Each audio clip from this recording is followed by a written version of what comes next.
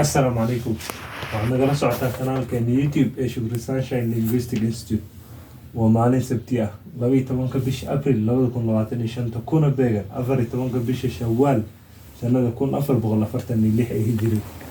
waxaan ku guda jirnaa barashada luqadda English.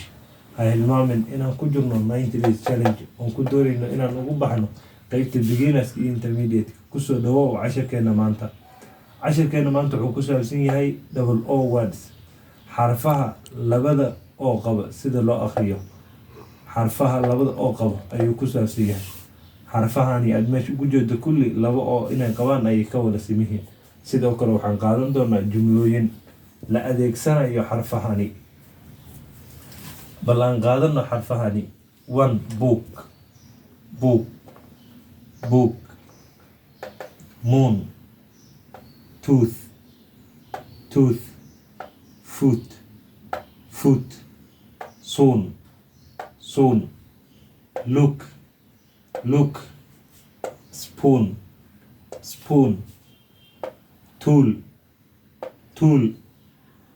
zoo, zoo. good, good. food, food.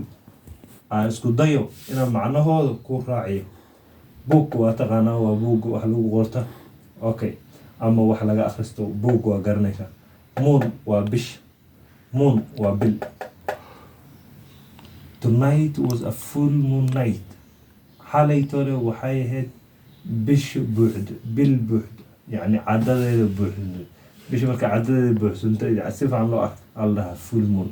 okay, tooth waa ilig, ilig, hal ilig waay. hadday bataan waxaa la dhahaa teeth.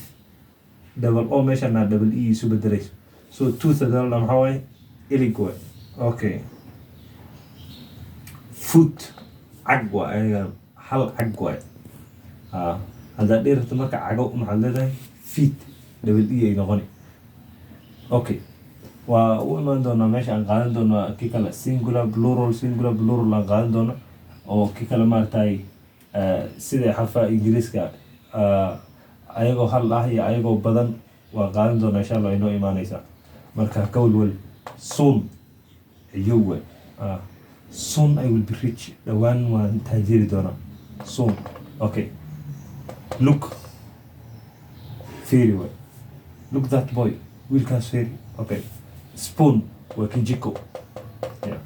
bring for me a spoon. isiisaa kijiko isi ama malqacad. okay, tool, tool waa qalab. where are your tools? okay, qalabkaaga qalabka waxa qofku ku hagaajiye. for me now my tools is the pen and the blackboard. so if I don't have a board and if I don't have a pen I cannot write for you something. so these are my tools. okay, zoo waxaa la xarada xoolaha lagu dhaqaalay. okay, the kettles are in the zoo. okay, waa loodu waxay ku jirtaa maxay zoo way ku jirtaa ama xaradeeda ay ku jirtaa. zoo marka xarada xayawaanada lagu dhaqaalay. okay, good wax fiican waay. good boy wiil fiican. okay, so food waa cunto. yeah, I ate the food. cuntada ayaan cunay. okay, read these sentences. akhri jumlooyinkan. Mary is a very good girl. Mary is a very good girl. Mary is a very good girl. Maryam waa gabar fiican. Maryam waa gabar fiican. Mary waa Maryam. Mary is a very good girl. Maryam waa gabar fiican. She has a very good book. She has a very good book. waxay haystaa book fiican. waxay haystaa book fiican. waxay haystaa book aad u fiican. okay, the food is in a dish. cuntada waxay ku jirtaa dish.